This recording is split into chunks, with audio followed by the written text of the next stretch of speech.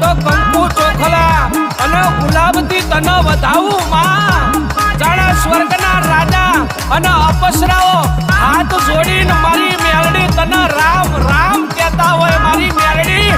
અને એ જોઈને મારું હૈયું હરખાતું